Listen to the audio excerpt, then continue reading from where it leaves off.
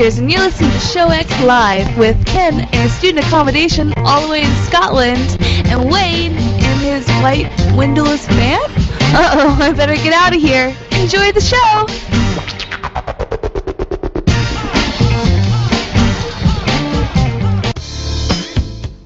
Hello, everybody, and welcome to Show X on VTWProductions.com. You're listening live on Sunday the 13th, 2014, 2 p.m. Eastern, 7 p.m. GMT on this lovely Sunday morning, afternoon, evening, depending on where you're at. How are you doing today, Ken? I am doing absolutely fantastic. I'm in a great mood. The one thing that is a little bit sad with Sundays is that it's a Sunday, and then Monday comes next. But other than that, everything's great. Well, but that's why everyone needs to listen to our show to let them know that it's going to be a good week, because this is how you start the new week, isn't it, everyone? That's true, that's true. And I know it's not very sensible, but I like to have a nice little drink or two with the show as well. Goes down nicely, I think. So I think it's going to be a good day. That's good to hear, good to hear. So, everybody, we are starting things out how we love to do this show with our dysfunctional deviations today to go ahead and get things going. So, Dysfunctional deviations. Ken, what have you been doing this week that hasn't been so geeky? In terms of non-geekiness, well, I've had a rather geeky week, and you'll see why shortly. But mine's been kind of odd like that, too. Yeah, but that's a good thing, though, really. But I've been very busy in the past week in terms of work life. I've just, with people leaving, a couple of people have left work and a couple of people on holiday, I've started picking up some other people's stuff, and I've become some more responsibilities and the like, and so I've become pretty damn busy to the point where I've been missing lunch and stuff at work just to try and catch up, you know. But it's good as well. I like to be busy. It keeps me content and makes the hours fly by, so it's good fun, and you know, it helps you learn a lot as well, but not only time management, but a lot of other things, so. That's been most of my week. I also had, however, at work, some epic coffee. Epic coffee? Some epic coffee. Now let me load this up. I'll put the link in the IRC there for everybody. So that's it there. This is Valhalla Java Odin Force blend. What? So this is some freaking strong coffee. Forged from the volcanic soils of Indonesia and nutrient-rich soils of Central and South America, Death Wish Coffee Company presents Valhalla Java Odin Force Blend. Now there's some fantastic reviews in here. Now I've chosen my favorite already, so we'll just go over that so I can give you a quick rundown of this coffee I had this week. Brian Riley says, I've found since having the Valhalla Java that life is incomplete, hollow, and devoid of meaning when the bag is empty. I've since ordered 2 more bags in order to fulfill this existence otherwise bereft of consciousness. I've also found that my beard has grown in quite nicely. I've taken a fondness for horned hats, and I've a yearning to conquer foreign lands. Thanks, Odin, for Death Wish and Zach's Valhalla Java. So, I enjoyed that this week. I was buzzing and jumping around the office after having a few of those cups. One would have been enough, really. I've also received some candy, as you guys like to call it, some candy. Candy meaning like chocolates and such, or like the candy store I take people to, like computer parts and such? Oh, I wish it was that kind of computer store, that kind of candy store, but no, it's the actual sweets and the like, as we call them over here. A mix of random things and there's some chocolates. There's some like I don't know, random junk in here like lollies and some popping things and lots of things like that. So that was from the wife. She decided to be nice to me and sent me a little present. Actually, she received her present that I gave her as well. I was going to mention that in Geek Cred because it is technically geeky, but I suppose it fits. So, as you may remember, a few weeks ago, I sent Kitten a little thing to try and cheer her up because she was saying that like she was sad with work and stuff, and I thought, you know, I'm going to send her a little present. So I sent her something geeky, and I sent her a book filled with the quotes that we've said over the years in Facebook, all put together into one novel with a picture of us in the front. And I thought this was quite good, and she might like it, we'll see. I wasn't entirely sure, because it was kind of a out there gift, you know? She got it this morning, and she said she cried when she opened it, because she said it was just the nicest thing, so... Aww. Yeah, happy with that. So yeah, she got her present and I got mine, so that's all good. I had far too much sugar yesterday. I had about 3,000% of the daily recommended intake of sugar. Not good. But that was fun though. And my final thing I want to mention, I've had a lot of consuming topics today, but I hadn't drank in an entire week, which is weird for me. I know, That's very right? un-Scotsman of you. I know, I was slowly turning English there. I could feel myself getting paler. So I decided to go out and purchase a bottle of rum, inspired by the fact that Roxy kept talking about freaking Kraken rum last night. Oh, you have some of the Kraken. I want it! So I went out and got some OVD since there's no Kraken available. OVD is still a good brand, so I'm happy with this, and I'm content having a couple of drinks tonight. So I look forward to the gaming night, by which point I will be quite buzzed. That sounds very fun, Ken. All right. Are you drinking tonight, sir? I am having a drink. I will try my best to maintain my composure through the show as I consume a wee bit of, as I will call it, Big Red. I decided, based on having a little bit last night, that friend Lieutenant Fork had, and so I got to taste and thought it was quite good. She had a little bit of an indecisive moment as she had an opportunity to get a drink at the bar, and unfortunately it wasn't a full bar because we were out at a little venue. But they had one of the drinks that I've been seeing going around by all the ladies lately, some Fireball whiskey, the cinnamon whiskey they have. And so mixed it with a little bit of Pepsi here, and so Cola and Fireball equals something that tastes just like Big Red bubblegum, like cinnamon bubblegum, which makes me kind of giggle a bit, where you taste it and you're like, I'm chewing gum almost. But, so yes, I am partaking slightly, although, like I said, I will try to maintain my composure. But, what have I been doing that hasn't been geeky this week? As I had mentioned Lieutenant Fork, well, this week was her birthday, and so I made a point of taking her out and about to make sure she had a fun day. Unfortunately, plans got skewed a little bit, and so we weren't able to celebrate on her birthday itself. In fact, she wasn't able to get down until a bit after, or late enough that it was barely her birthday at all. And then, but that's all right, because first thing in the morning, we went out to the local water park and went to Waterworld for the day. It was myself. That's awesome. Oh yes, no, I am a big fan of Waterworld. Anyone who's been here during the summer, you gotta go. It is so much fun. So we spent the day getting quite toasty and burnt between myself, Lieutenant Fork, her brother who came down to help celebrate, and two of her friends from up north. And so we all met up and just ran amok in the water park. Spent probably far too much time, I would say, in the lazy river and in the in the wave pool, but got to get on most all the rides pretty quickly. There weren't too many lines, and so had a good day of it. I swear we applied sunblock over and over again, but it did not matter because that we all received a nice healthy burn from our time out in the sun. Which, thankfully, I thought your see. skin would make you somewhat immune. I know that Kitten, when she goes out, she's very difficult to burn because she's slightly darker, so she's somewhat immune to that kind of thing. So I used to be. In my youth, I ran around and I didn't even know what sunblock was. It hasn't been until I got older. I think I've just stretched the skin out a little too far, and now it's not able to protect me like it did when I was younger. So, well, yeah, I don't burn nearly as bad as the pale folk. You know, those from up north who are stark white and such, or, you know, basically everyone else I was hanging out with that day. But I felt quite warm. By the end of the day, I could feel not quite on fire, but I was definitely radiating all of that solar energy. So it was a good time, though, because I have immense fun at the water park. And I had a goal afterwards, since this was Friday, to go out and maybe hit the town, go get a nice dinner, and go out and go do some dancing or something like that. But, as usual, I underestimated the effects of a combination of sun and water and what that does to the body. That absolutely knackers you, doesn't it? Oh my goodness, does it, and we were exhausted. We left a bit early, and I think in a way we lucked out, but at the same time we didn't. Lieutenant Fork and her brother and I left early so that I could get back and make another appointment I had to meet up with my engineering buddies to have some drinks. And like you said, knackered out, Lieutenant Fork and her brother didn't want to go anymore, so they just hunkered down on the couch and basically sat and watched some television. And I went out and had a few drinks before coming, or kind of hung out with the group kind of thing. went out, said hey to them, and then came back and picked up. And at that point, nobody wanted to go out and do anything.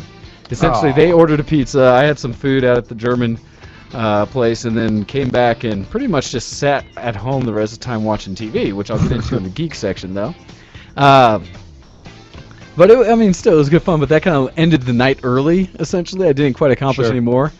And then, but that's good, and it is very good, because the next day we decided to go out, and this time just Lieutenant Fork and I, her brother, went home. But we went, and I decided to expose pale little Fork to even more sun, and we went out to the Renaissance Festival here in Colorado.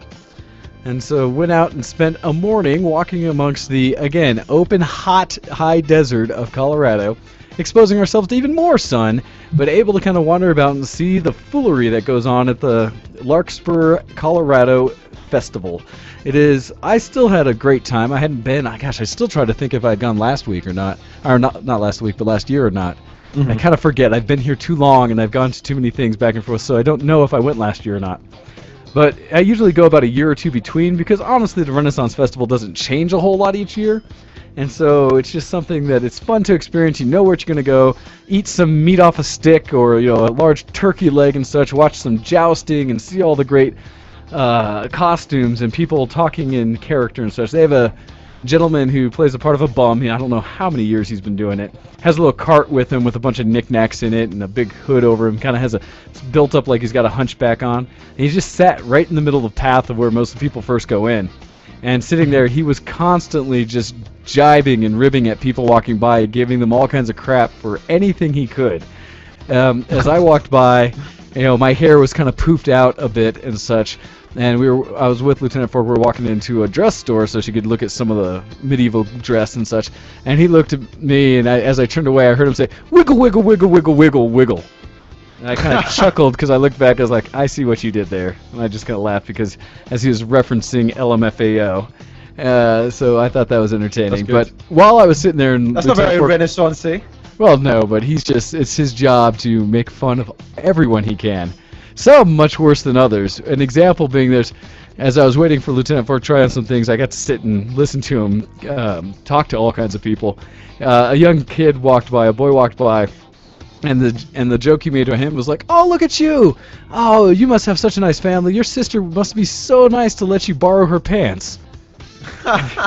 Because he was wearing the tight, skinny jeans that a lot of kids do these days. Another example was a gal who was wearing basically it was almost like a fur bikini kind of outfit where she was showing a lot of skin, but the thing she was wearing was like pelts, but barely covering herself. And but it was very furry, and so he turned to her, and she was kind of off in the distance. He's like, "Oh, but you didn't shave the best parts." Because it barely was covering, just her breasts and her lower half. And she turned to him and looked, and amazingly came out there and said, "Oh no, I did." At which point he just was like, She had a wonderful comeback on him, but no, it was a lot of fun. A lot of heat though, like I said. Ended up eating some steak on a stick. I had a proper Coors beer while I was out there, and what else? Oh, some desserts and some lemon bars, things like that. So just ate, drank, were merry. I took a lot of photos, and I'll have to put them out on my Flickr and such. This whole weekend essentially was me taking photos at various events. All starting from like doing my martial arts on Thursday night, and then going through where I think everything I was doing except Waterworld we took photos at. So I have a bunch to go through. A lot of stuff from the Renaissance Festival. And then what did we do after that? That afternoon, basically I think we just watched more shows and such. I went separately. Lieutenant Fork was wiped again, too much sun. So I went out, and my dance studio that I go to was having a barbecue. They had a 4-hour extended time to teach people basically a seminar for dance with both the main instructors, Chase and Jared. Sure. And so I went out there and took some photos there again. I didn't go to the actual dance thing because I was at the Renfest, but took some more photos and then hung out for a bit with all those guys. Great folk. I wish more people here I knew would go dancing with me. Gosh, it's so cool. Even as I teased you, Ken, a little bit the other day with some of the video from the classes I've been taking. Yeah, and everybody, don't listen to whatever Wayne says. He's a freaking awesome dancer. it blew me away when I saw it. I was like, man, how can somebody move in that kind of Whatever. way? Like, I just don't understand it. It doesn't make any Raise your sense. standards, sir. Raise your standards. What is rhythm? I don't understand. So, well done. Anyhow, You're doing so well. did some of that, had some photos, and then the rest pretty much of everything I was doing was geeky. So it was kind of in and out of other things interdispersed. So a lot of photography, like I said, Waterworld, Renaissance Festival, barbecue for me, and stuff like that. So that's what I've been up to that hasn't been geeky this week. So let's go ahead and transition over to some things that are geeky so we can get further through the show. So I'm a with geek. that, we switch over. Are you a geek? Geek cred, level up!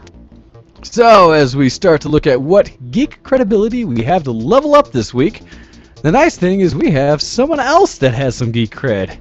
Now, granted, oh, really? This is silliness. Oh, it must be, tell me it's the picture, not just the text. Looking the picture. Okay, looking at the picture. It's so big! Oh, wait. It is big. Oh yeah, Wait, sorry about that. I shouldn't be saying pixel at the end of the show. So, how do I resize this? Oh, wait, there, okay. Wow. I have to scroll all Cold about to actually areas, really. find the cred on that.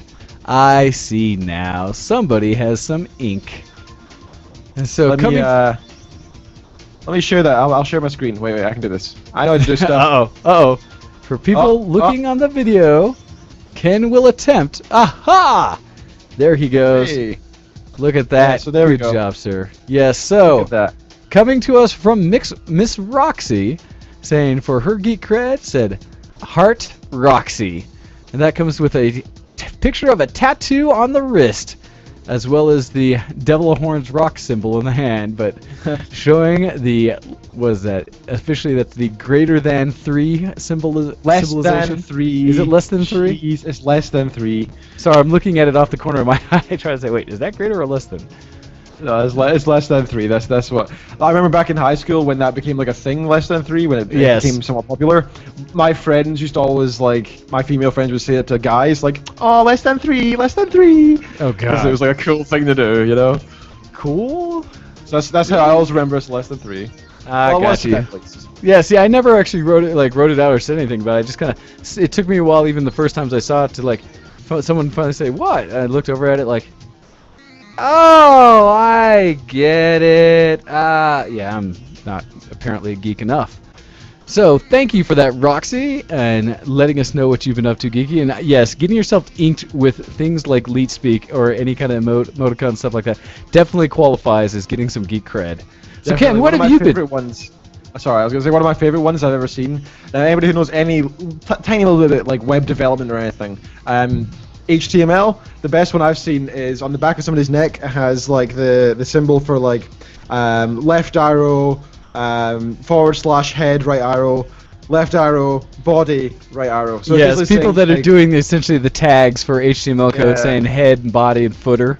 Yes, I've seen those that's people very good. do some of those, which I think is kind of entertaining. But I think that's all the geek cred from the email. So yeah, what have I been up to? Let's see. I'm up to a couple of things. I have been playing a lot of Minecraft. I've built a couple of nice structures, and I got a couple really impressive little texture packs and the like. So I want to talk about that a little bit, and I'll actually share my screen again to show that, because I think that works out quite well. So the guys in the YouTube will see this. Sorry about everybody else. As I flash the show notes there by I'll say mistake. no. Okay. They can go look and see it too if they want to come and jump on the video feed, or they can watch it in post and be able to see it there. Indeed. So as I go towards the structure, I'll discuss this with this texture pack. So I've got the texture pack known as Halcyons, Halcyons Days version 1.2. Now, as you can probably see, it's not too obvious that it's different. It's kind of a normal looking texture pack. However, you also notice that some of the blocks are actually different than the others. Like, for example, normally cobblestone has one shader and that's it. I've installed a mod which actually changes the shaders, so there's occasional blocks with different looks, grass looks different, flowers look different, etc. So it really improves the graphics while not really doing anything insane, you know? It just adds some variety so the place looks a bit more interesting. And it doesn't make it look ridiculous in terms of graphics, you know? Because there's a lot of mods out there which do realism that I really dislike, because yeah, it looks realistic if you look close up, but when everything's formed together it looks silly. So I kind of wanted to show the world here. So you'll notice the sky, I have changed it a little bit. Usually there's blocks for clouds, There's a little mod I installed. I can't remember the name of it. I'll put it in the show notes in post. But it adds the most beautiful freaking sky. Do you see that, Wayne? Yes, that's looking very almost. It reminds me of like Skyrim and such. I hear you. Yeah. Let me see if I can put the time to night. Can you do that? No. Time set. That much. Ah, there we go. Look at the night there. Isn't that freaking beautiful? There's nothing better than doing that, than walking around at night when you're lost and just looking up and seeing that sky. And there's a little structure I made, as Roxy said, very phallic, not intentional. I was trying to just make it look cool, but whatever. That's just what came to mind, right? Yeah. As I upset the other player currently, Tabaxian, who's sitting there wondering why I turned to night suddenly. So I've been enjoying that in Minecraft for the past little while. I've been playing a lot, trying to mine, put together this building. Because I never build things in Minecraft, you see. I always just, like, explore. So it's nice to actually just actually build something and be proud of something. So that's pretty cool. Other than Minecraft, I've been playing a bit of LoL, on and off. Yesterday I played loads with... so we always call him Diggy. I mentioned that to him, and he says, "I hate that name. I hate it. Don't call me that ever again." So I called him again. So Diggy and I played LoL all yesterday. We lost about 10 games, won maybe 5. Ooh. It was so demoralizing. It's funny how LoL can make you feel so good or so bad. You become like manic depressive when you play LoL. Yes, this is why I only play ARAM, so I don't really care anymore. And he hates like, ARAM, so that I can't get away with that anymore. I've got to play normals. So I picked up a couple more things. I put some money into the game as well, which I shouldn't have. So I bought a few skins. I bought Arcade Hecarim finally, so I can be a pretty little pony like I mentioned last week. What else did I get? Just some random skins, because I like the idea of having a skin for each champion I play. Okay. Just the ones I like more than anything, so just so I can feel a little bit happier when I play the same champion over and over, and I go, oh, I can change the skin, that makes me happy. It does feel good to be able to pull out a new set of clothing. It does. So I've been enjoying that on and off. For some reason, I don't know why I did this. I shouldn't have done this. I bought an SSD. Oh, what's wrong with an SSD? Well, there's nothing wrong with it. It's the money that it costs to get it. I should be saving, and I was like, no, I've not had anything in like a year. Like for my computer, I have to have it. And my computer's been getting so slow because of this fantastic internet connection. So the reason for that is I have like 120 meg down, and my hard drive can only write about 20 megs per second, apparently. So when I'm downloading at a good speed, my PC goes to a halt. Windows stops working very much. Using all of its resources to put everything onto a drive. Oh, exactly. So what is the freaking point in having a beautiful internet connection if you can't even make the most of it? So I'm getting an SSD so that I can put some of my games on it, put League of Legends in there, and I'll bump up my Windows Experience Index from 5.6 all the way back up to 8, where it should be. Ooh, 5.6. Yikes. I was gonna say, even with my regular drives, I was running at like a 6.8 or 7.1 or something before my SSD. Oh, no. No, mine's just disgusting. So it came with my computer, this terabyte drive, which is good for backup stuff, and I'll probably use it for music. It's one of those nice, like, was it a 4,800 RPM drive or something like they put in laptops? Yeah, I've got something like that, but I don't know. It's nice. It was nice to have a terabyte. 'Cause this was back. I got this PC 3 years ago or so. Back when having a terabyte was a huge thing. Back then, they're like, a whole terabyte. That's insane. Whereas now it's like, oh yeah, a terabyte. Is that an SSD? And you're like, no. And my final thing I would like to discuss for Geek Cred, and this is something I am very proud to announce. So I want you to say this exactly how you wrote it, just so you know. I will.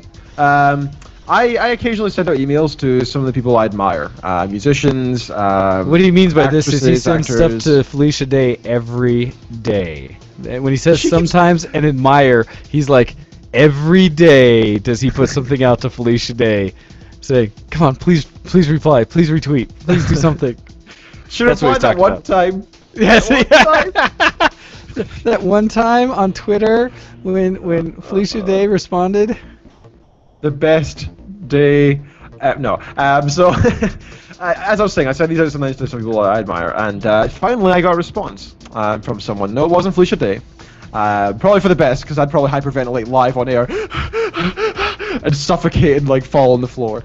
No, I actually had somebody who I admire for their musical skill, who is a geek and who is awesome and a very, very, very cool person. Miss Molly Lewis has offered to come onto the show in about a month's time. So that's on the 3rd of August. So be sure to tell your friends, your family, mark it down in your calendars. Take the day off work because you're going to need to, just to hang out the whole day and listen to us chatting away with Molly Lewis. I think the plan is to have a drink or two on air, chill out, ask her some questions, ask her how it felt to sing to Mr. Stephen Fry live in front of like hundreds if not thousands of people, including Mr. Stephen Fry. I mean, that's all insane. I look forward to asking her about all that, seeing how she got to the stage in her musical career that she is, and finding out more about her in general, because she's a very cool person. So look forward to that. I'm very excited. I can't wait. Well, and specifically, the date we are looking at is August 3rd. So set your, put it on the calendars. Let your friends know. We'll be tweeting it out. But that way, yes, we will also have the wonderful opportunity, the second show on VTW, to have the opportunity to talk to Miss Molly Lewis, which will be amazing and fun. So thank you, Ken, for being tenacious like that. No problem. It definitely pays off emailing every other day. Stalking on the internet. Not always a bad creeper thing. So indeed, apparently. So how have you been, sir? What have you been up to with your geekiness? What have I been doing for geekiness? Well, in geekiness in general, one of the things I definitely wanted to mention at the top of my section here is that our friend and member of the VTW gaming community, Pause2142, has put out his first commentary videos. And so it's something that check out on both the, I know he put it in the forums as well as in the Facebook page for VTW that you can check out. Pause2142, he has his YouTube channel, Pause2142, where you can check out videos he's starting to do where he's going to basically make commentary about video games from his point of view and from his perspective. So you'll see things like him talking about what it is. His main game that he plays, of course, is Call of Duty 2, Black Ops 2. But basically him just doing kind of commentary over some of his gameplay video, as well as he's asked everybody if you have some ideas of what he could play, he'd be more than happy to check them out. So check out his new video. I have it in the show notes, and so check out that, and you'll be able to see a link directly to it. I watched that. Yes, and yeah, so that was cool. He's starting a new series with that. I've already given him some suggestions because I really do want to know more about how he sees the gaming world. Because I've watched him play just looking over his shoulder. Zeros and ones, I imagine. Oh, yeah, it's very Matrix-like where he just sees the flow of the Matrix. Because, I've talked about it before, how we see constantly when we're playing as a full VTW clan that we tend to do pretty good. And mostly it's because of Pause2142 and our friend El Campo. Both of them are really, really good Black Ops 2 players. They're phenomenal. And so between the two of them, they will get the lion's share. In fact, I would say at least 80% of the kills on our team almost every game between the two of them. Even when I'm playing and I'm getting my last, 6-7% of the kills, and we usually have like 3 bullet shields or, sponges that somehow randoms that show up on the team that are just terrible. It's amazing the difference. But and we do still run up against teams that are really damn good and put us in our place. Did just a week ago or so where I had to stop and kind of do the slow clap for the guys at the end of the game where I was like, good job, fun playing with you. You smoked us, but holy cow. That must be a nice change from the norm, I guess. Well, it's good to know that it's not just us that are, we were afraid the whole community had just given up and left, and maybe we just killed everybody too many times, but there are some other amazing players out there still. Well, so normally we get called hackers as a clan within the first few minutes of playing, if not the first 30 seconds, and that's normally because Paz is able to route himself directly to where people just tend to line up every time. He'll run with just a knife, which gets you the fastest run speed, and he'll come up on a corner where he knows if the other team is running normal speed, they will be right there as soon as he turns the corner. So he turns the corner and starts shooting the gun right away. And he's done things where he's lined up 3 guys and just a whole group of them, and they're like, oh, hacks, how could you have killed us that quick? But I say it's interesting to go that he's doing this because if you go back and watch his gameplay videos, you see exactly how he does it. He sees somebody, he points at them, and he shoots them. It's amazing.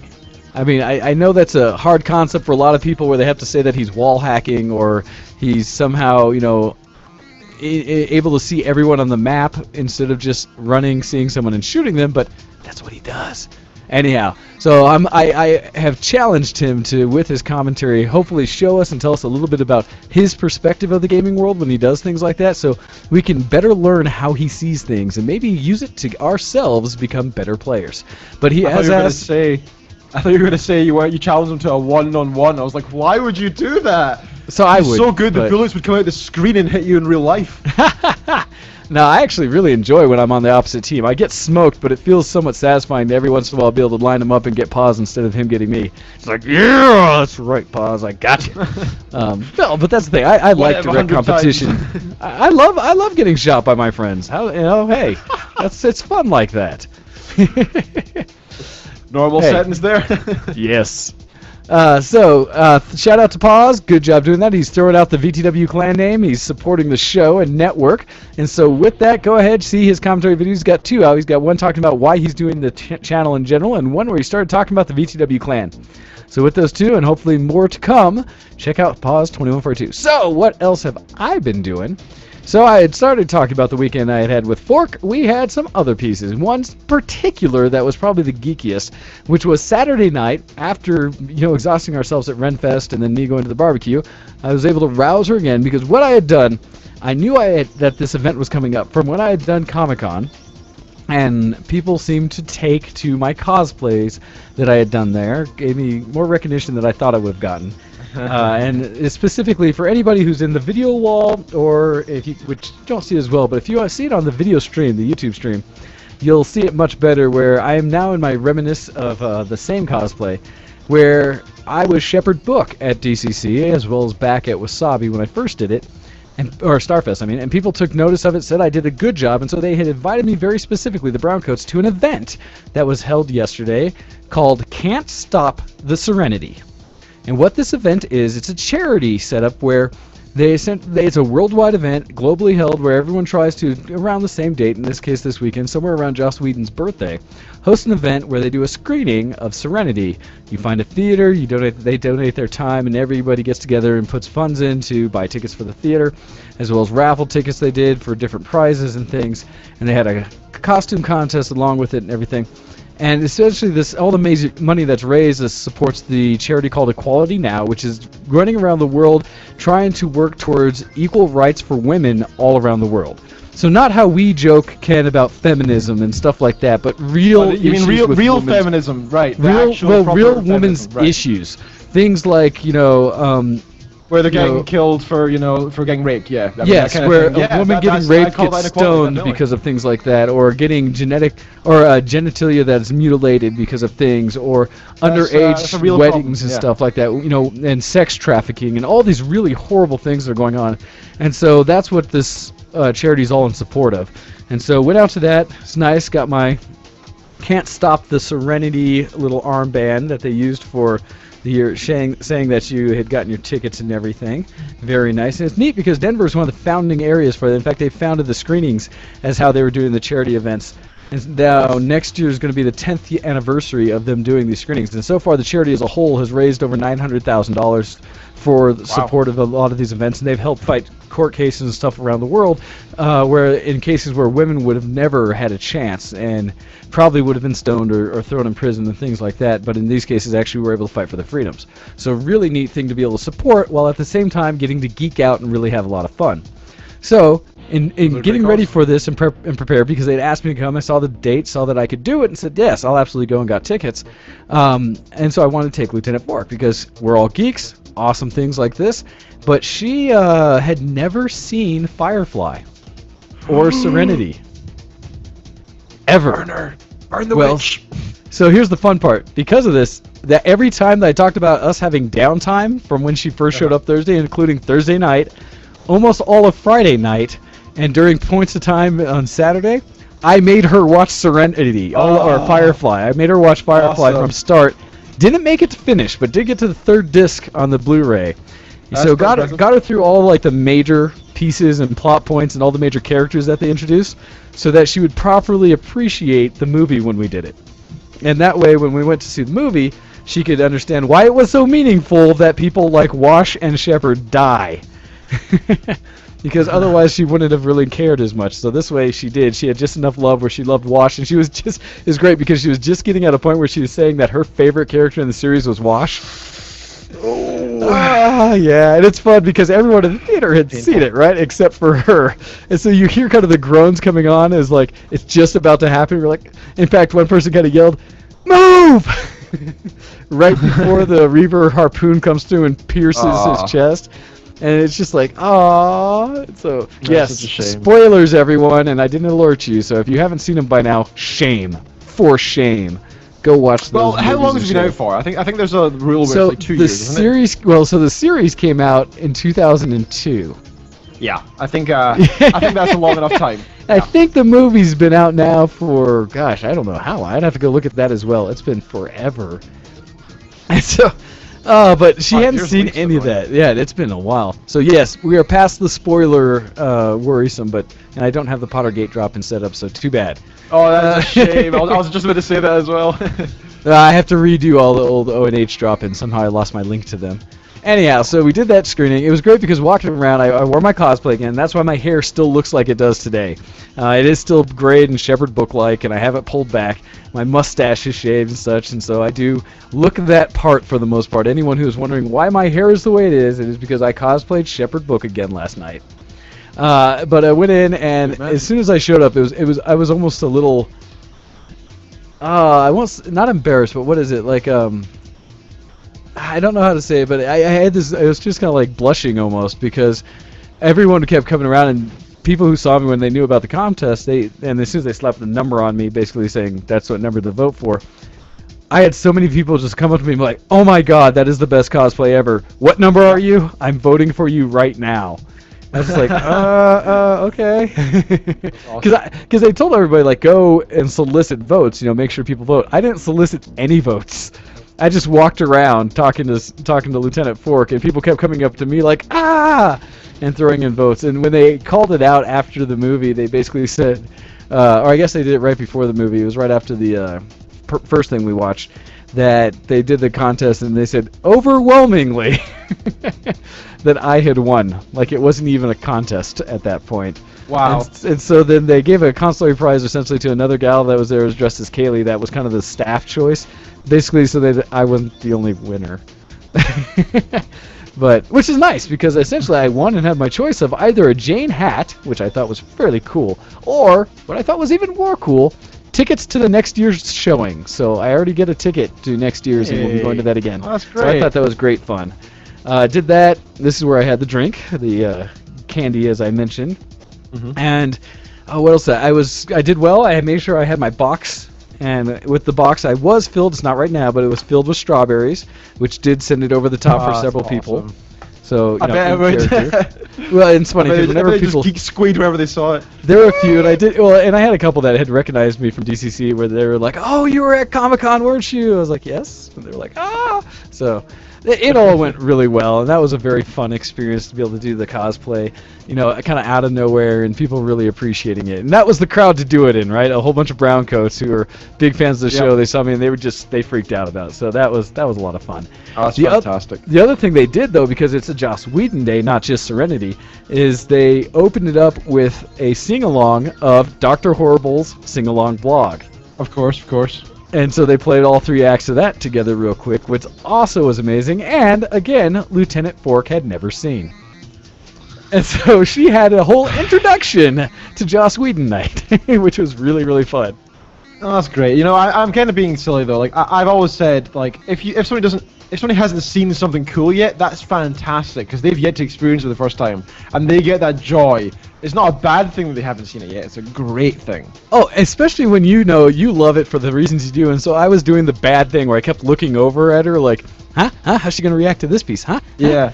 Because she had no idea what to expect. And she was like, wait, does that have Neil Patrick Harris? I was like, yes. And she's like, I think I've heard of it or something, but had never seen it.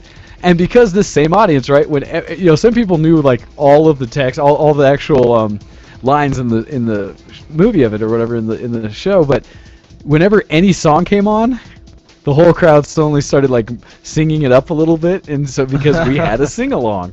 And some more than others. It was great because I had never experienced that live, just like I've never gone to a really good version of the Rocky Horror Picture Show where people get up and perform. I've only ever seen it where some people will dress up and such. But going to this and having people singing it, it was great because they do a lot of things in Dr. Horrible where they kind of cross each other's singing, where one of the characters will keep singing as another one picks up, to the point where they'll have 3 characters all singing over each other, but it works really well. Well, same thing happened in the audience where you could now tell which characters everybody liked the best in the song because some people were singing Dr. Horrible's lines, some were singing Captain Hammer's, and some were singing what's her name in it? Starts with a P. What's Felicia Day's name? Codex? Well, No. I don't know what it is. I think, no. In Dr. Horrible, I think it starts with a P, but I forget it right now. Darn it! Somebody save me in the interwebs! Someone be a geek enough to give me the IRC what her name was. Kind of done something with Felicia Day. What's wrong with me? That's what I say. You say Codex watched is it a like while ago. wrong internet show, but anyhow. And so we'd all be singing it. It was fun to kind of hear like the lady next to me singing Felicia Day's part, and then someone else singing another one. Was like, oh, that's really cool. And so she kept kind of looking around, but Lieutenant Four kept looking around, kind of like, what?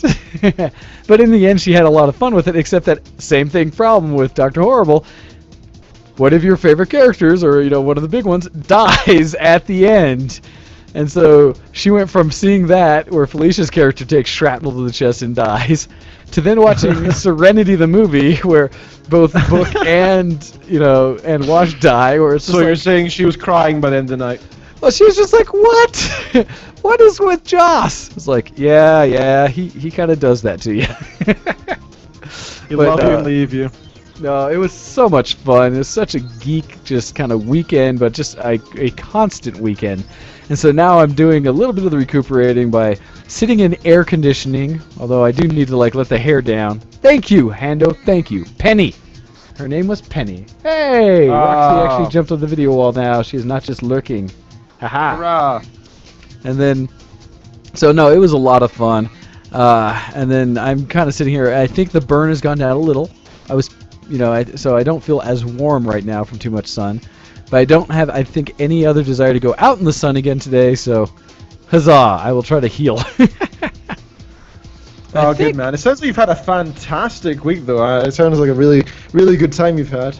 It's been busy, but yes, it has been a lot of fun. So you absolutely deserved best cosplay by far because you kicked ass, dude. You look so good like that. Well, shut up. You don't need to try and fight that off. I'm just stating a fact. Aw, Roxy's got the appropriate shirt on too. She got a brown shirt that says "Bring Back Firefly." Aw, awesome. That is perfectly timed. So very, very nice. Nah, it was great, and it's something that it's funny because and I got an invite out of that one. Which I really should post the invite picture on our Facebook or something, because one of the gals who's also dressed as a Kaylee, who hosts another convention, I have to look up the name of it. I don't know it off the top of my head, but she saw, really liked the cosplay. We talked for a bit, and she brought up another convention that she has going on, and I forget what she talked about initially, except that it was a Joss Whedon one overall, but it also is sci-fi where it was focused on 5 groups. So it was Firefly. It was Doctor Who. It was Game of Thrones. It was The Hobbit and Lord of the Rings. So these are all the fandoms they're bringing together. And the last one is My Little Pony. So I can see why you're going. And she showed me the flyer, and I looked at it. I was like, I like all of those things. All of those things, not just even one or a little bit. And so I may have to be going to another convention, and it would be the weekend after the next Game Fest, the weekend after we have our guest with Molly Lewis on. So that would be that should be a crazy weekend. So we'll see. Although I would have to try to change up and not do Shepherd Book again. I need to do some other cosplay, but I only have a month to come up with it. So of those groups, I need to figure out something else I could pull off. And so suggestions are welcome. Feel free to email into showx@vtwproductions.com and let Wayne know what he could cosplay for a convention that is focused around Lord of the Rings, Doctor Who, My Little Pony, Firefly, and what was the last one? Shoot. I forget again. See, this is a problem. Too many off the top of my head. Game of Thrones. Game of Thrones. Thank you. What could I do from all those? Ooh, Drogo maybe? Hey, we have someone trying to invade the show right now with us. Let's see what's going to happen since we still have a few minutes left for our Geek Cred. All right, let's see what's coming up here. Sir, you're joining us in. How's it going? Hello? You talking to me? Yes, I Yes, was going to we are. say. How dare you jump in and I caught tease that us one like late. that? Come in, tease Hello. us. What's going on, dudes? How is it going today, Mr. Hando? It's going great. I thought I'd just catch up with a little geek cred with you guys. It's been a week basically of a lot of freaking Wolfenstein, man. Oh, you've been eating it Yeah. up lately. So you've been enjoying it then? Dude, it's a really good game. I mean, like, it really has taken it to the next level of first-person shooters, and of course there's like all the gore of, everything that you'd expect from Wolfenstein, Nazis and like, armor and machinery, and just like it's really awesome for like an alternate timeline sort of story. It's really, really good. I mean, it has like, okay, it has drugs in it. But you know what? It has drugs done tastefully in it. It has sex in it, but it has I love sex. those tasteful drugs.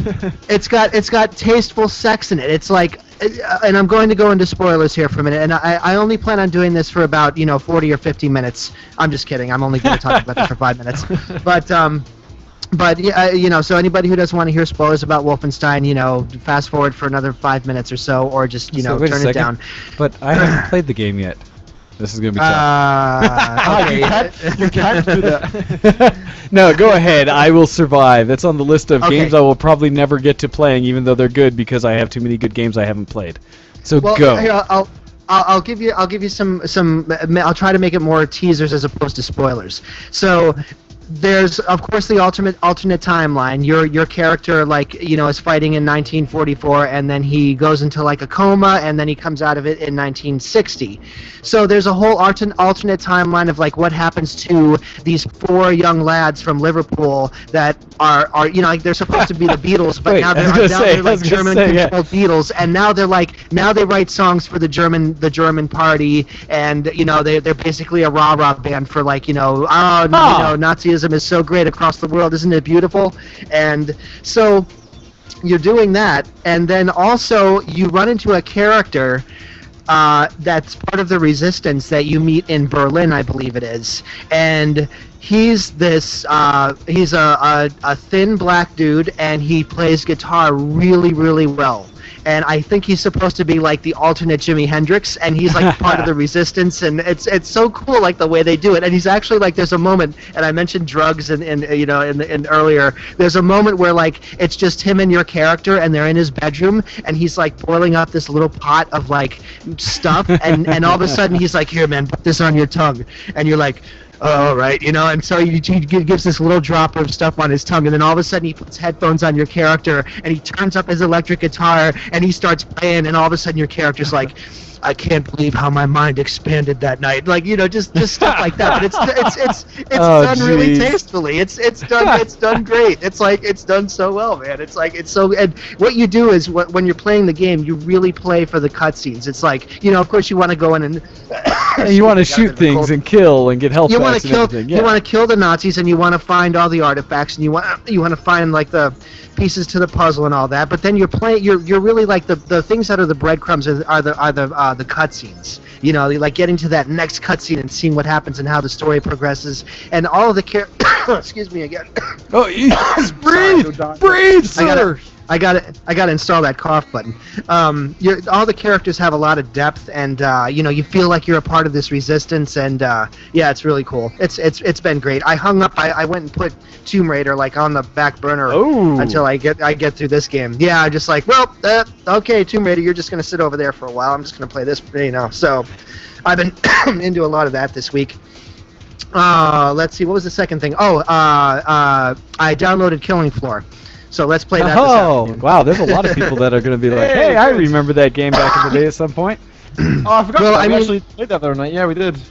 Well, I think you guys were playing it last night, and you guys sound like you're having so much fun with it. I mean, everyone's like, they're throwing up on me, So... That sounds So- awesome. As you are doing to your mic right there's now. zombies puking on me, That's what I want out So- of any video game. Well, apparently. So, So yeah, that, and also, in closing, I just want to say one thing, and I'm going to say it real quick. Just put it out there. I want to see how it strikes you guys. Oh. You guys have seen me on the video wall. Can you believe that I am the same age as Benedict Cumberbatch? That would assume I know who that is. You don't know who that is, Wade? Jeez, dude. Oh. Sherlock. Is that the guy that plays from Sherlock? Star Trek. But I wasn't sure because I know him as Sherlock and as Khan. Beyond that, I didn't know his actual name. Well, it was his birthday this week because I saw it all over Twitter, and I'm like, wait, no way, no, so I don't think I look like his age. All right, there, I said it. Are you saying you look older or younger? What are you trying to say about him? I'm not saying I'm more handsome than him. I'm just saying I look younger than him. He looks young though. I was gonna say, ladies. Oh, we should have a We should have a contest of this. We should take a shot of Hando and a shot of Sherlock. Put them together, and say who is older, who is younger, and put that as a competition. Then we should Photoshop it so they're the same person. Yes, variations of the exact same. It would take very little photoshopping. Very little. Oh, Roxy, shush! Mr. I told you. Cumberbatch? I know the character, not the actor. So much crap You just I'm have getting. to make my cheekbones about 5 inches, from where they currently are. -5 geek cred points, by the way, Mr. Wayne. Damn it! Noted. It's on the official logbooks. There we go. I just made an entry. That's good. Our accountant, Mr. Hando, has got it covered. All right, guys. That's it for me. Thanks. All right, sir. Thank you for sir. joining us this Appreciate week. the call. You have a good one. As I cut him off. As we cut him off there, yeah. I mean, We have all the power. It's all mine. So thank you very much, Hando, for coming up with that one and letting us know what you've been up to and interesting about the birthday. And yes, I know the actor. I just don't know his name because I'm not a little teenage girl. What? Well, I'm mocking just about 3/4 of our fan base there, by the way. Hey, For all who was the one that lost their mind here? Let me look back. Oh, Roxy with almost a dozen posts about me screwing up like that, as well as she's deducting points for me not knowing Penny's name as well. Shit. You don't know who that is, Wade. What? Boop. There. Yeah, she was so outraged she didn't even get it in order. Oh. Oh, fine. I would apologize, but no, that's just me. But we do have a last-minute copy mail that has reached into us from the interwebs. So this one coming to us and saying, subject, Copy's new wig, which is now available on the video wall again, or was for a moment before she ran away again. Nope, there she is. All right, so it's there Only for again. $5.99. Hello, Wayne and Dr. Lord Reverend and Bachelor of Science Kenneth Neil Reed II. I've told you, Copy. It's Dr. Lord Reverend Kenneth Neil Reed II, Bachelor of Science. Jeez. I think it comes off sounding way better the way she does it, though. Really? That's not Yeah. official, though. I didn't say anything about official, it just rolls off the tongue better that way. Anyhow, not much geekery in the last week. I finished watching Brynhildr in the darkness and got disappointed by the series being cut off and the last 2 episodes skipping through what should have been another 13 episodes of content. OVA will be out later this year, so I'm reading the manga online to get the whole story. I'm also wearing my shiny new Kuroneko wig on the video wall today. My sister and I confirmed that we'll be doing some Brynhildr cosplay at Anime North 2015. It's going to be super spiffy. Con Bravo is happening in Hamilton next weekend, and I get to save hotel monies by staying at Jolly's place. As we go with there, less than 3. I'm just going to troll around as Jinx while I'm there. No time or space for other costumes. Hopefully I'll get some pictures this time. Big smiley. Bye for now. Much love, the original copy. Yes, we are still lacking of any pictures that came out of the last time you were doing a con. Oh, that's a good point. copy. We were asking for those, weren't we? Yes, we were, and somehow it didn't happen. It sounded like she told us stories of being stopped every, 5 steps for pictures, and yet I have not seen any from those. Single one. Copy trolling. I see how it is. Well, yes, No, it's creds the lack for of love is all it is. I know, she's just being selfish, keeping it in all to herself, all in the Canadian North. So not fair. But yes, the wig is very shiny and much darker than the Jinx wig, it looks like.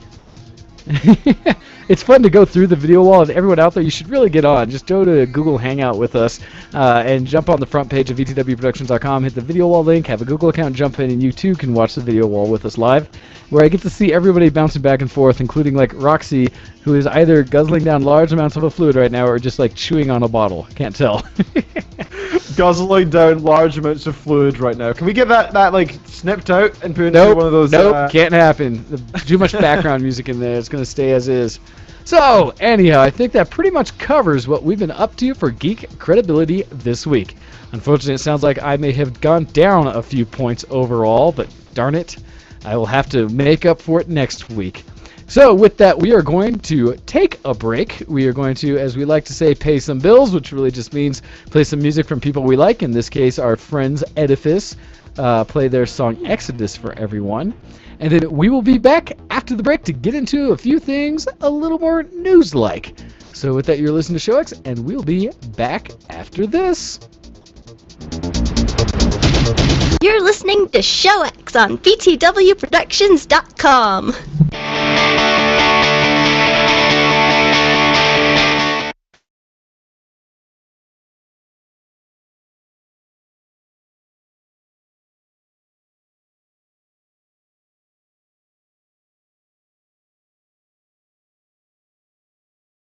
Tonight, after all. Hey, shush.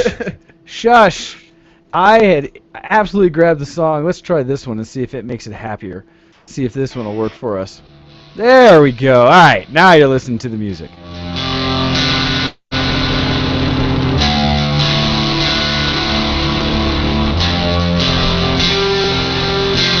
Wind and sand carve the stone, luminescence now exposed.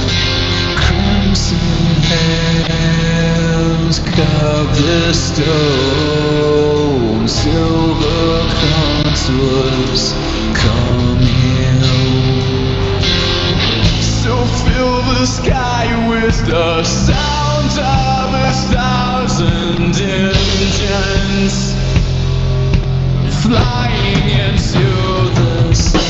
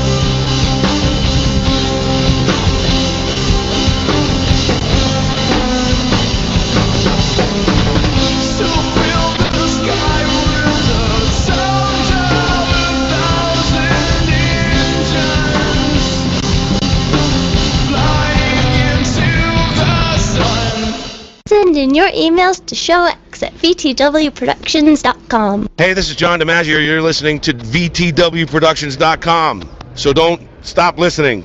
Continue to listen. Why are you not listening? Wait a minute. What?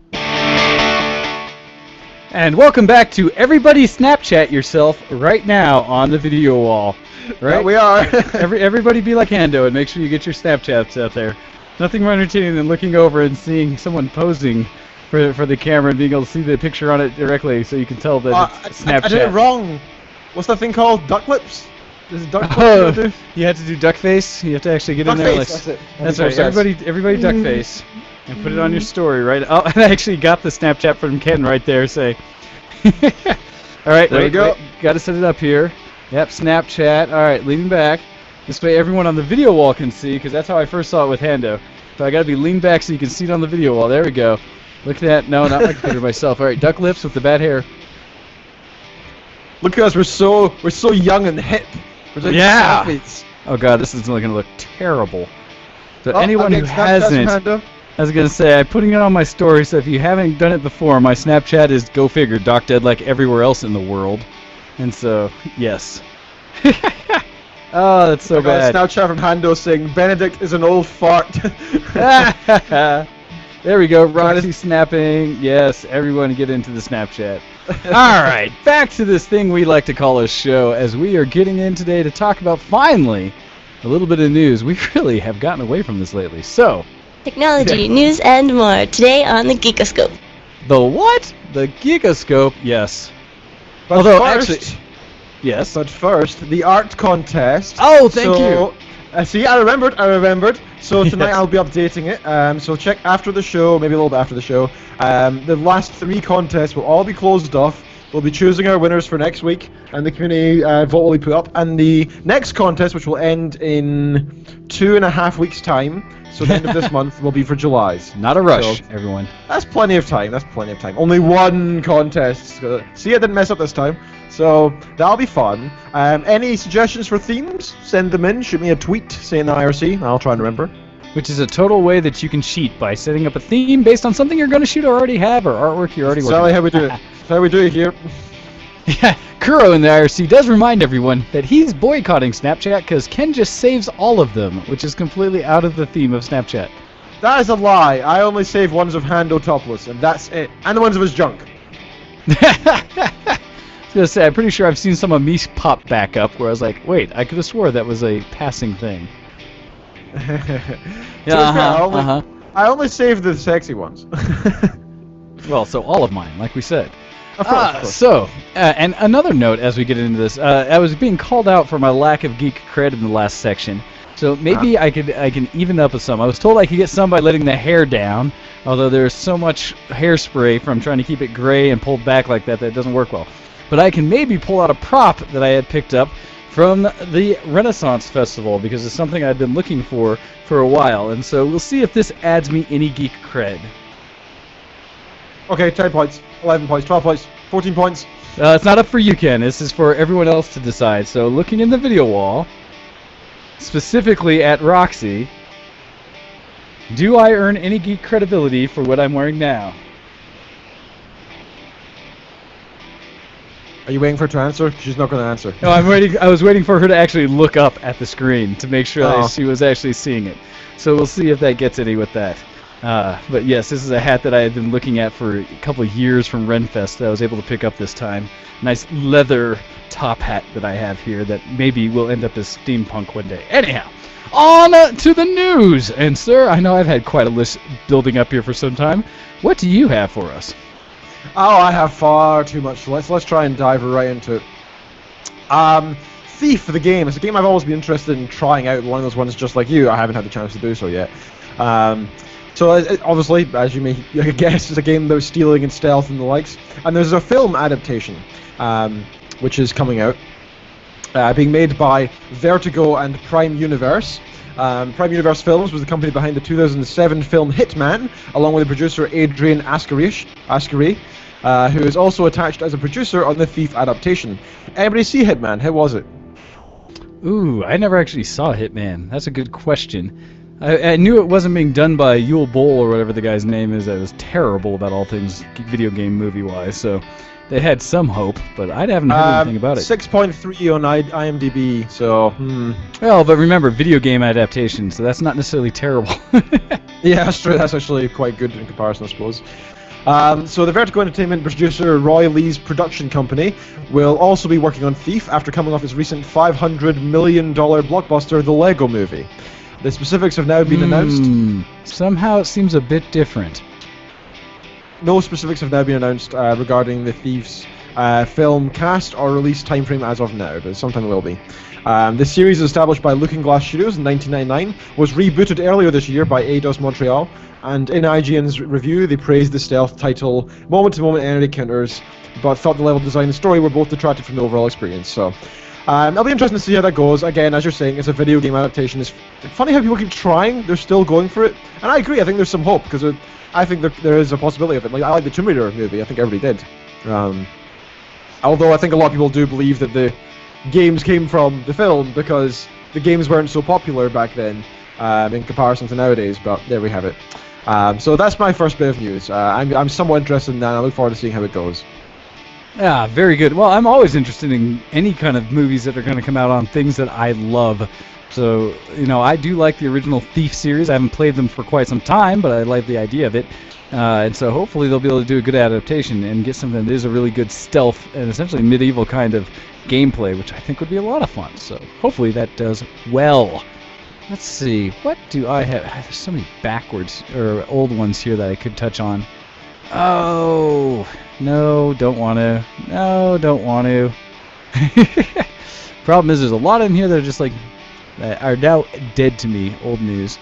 How about, we'll go with this one. This is one that from, like I said, I get all my news aggregated from News 360. And so the news article actually came to us, stop that, I believe from Forbes here. And it was talking specifically about the game we've already mentioned a little bit about with Rockstar's game Grand Theft Auto 5. So in this article it talks about saying that Rockstar has promised that there will be enhancements for GTA 5 on the PC.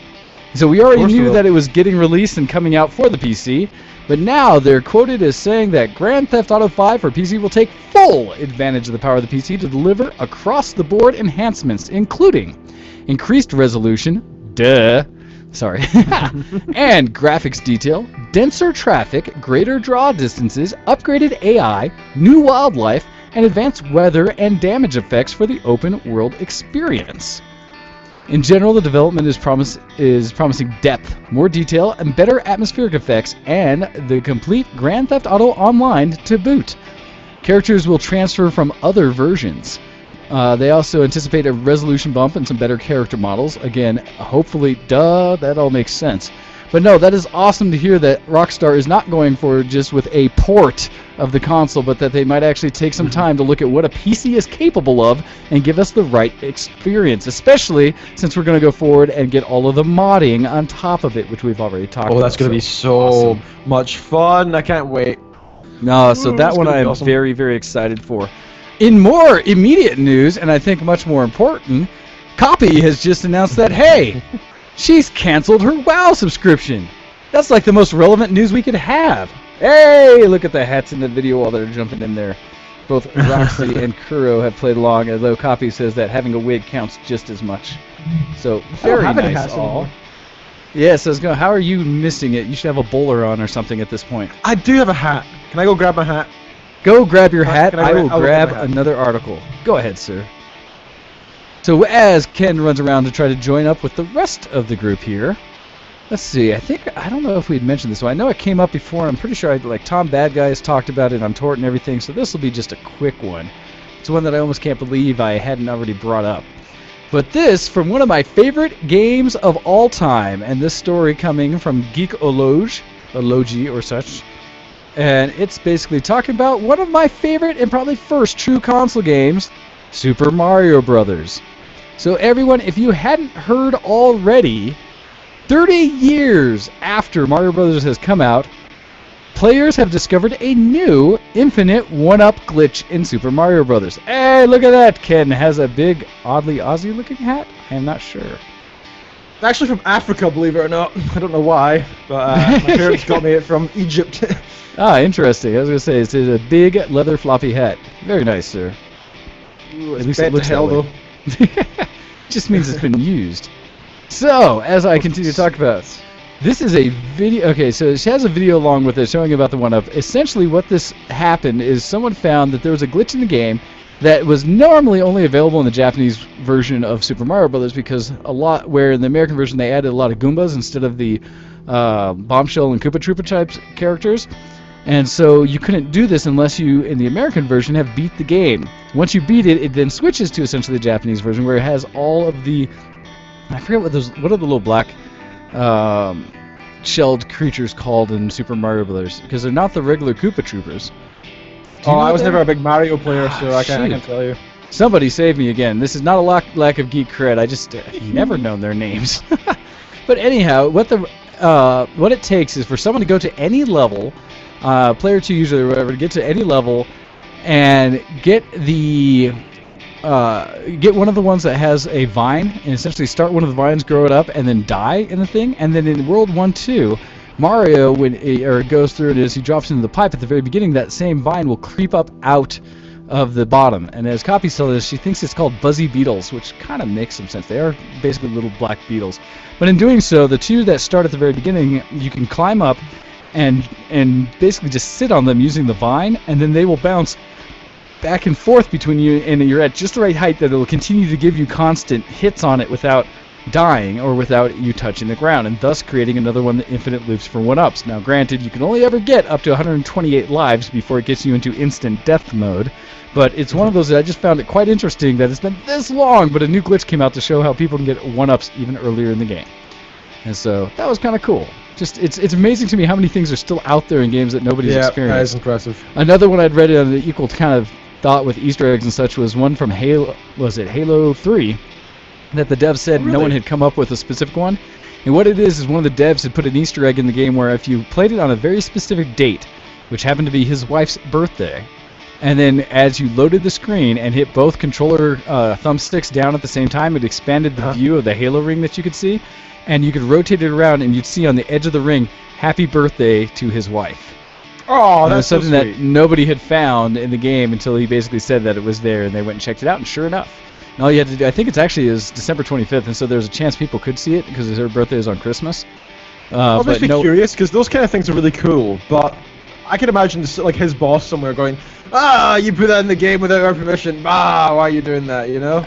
Hey, but it's the classic. Easter eggs have been around since, it is said best in, I believe it was Ready Player One said it best, where the first Easter egg literally being a dragon's egg that they put into the game, I forget the name of that one, where it came over and showed the dev's name that built the game when you got it. So very, very cool that they're still around there. I love Easter eggs. It's just such a neat concept, and something, especially when you find them on your own and don't have to get a spoiler or something to tell you about it, simply amazing. Anyhow, so Ken, on to you, article, go! Okay then, let's see, which one do I want to choose? There are so many. Let's just go for the next one, because it's WoW related, therefore it has to be good. So let's do that one. So all I have to do is highlight this and hit delete, right? No, you actually have to hit hang up on me. World of Warcraft Warlords of Draenor, can old be new again? Nope. So, Leif Johnson, the writer, says that he slipped into the beta for World of Warcraft's Warlords of Draenor expansion as easily as he might have slipped into an old coat. The bright pandascapes of And it Mr. felt Pandora just as dirty.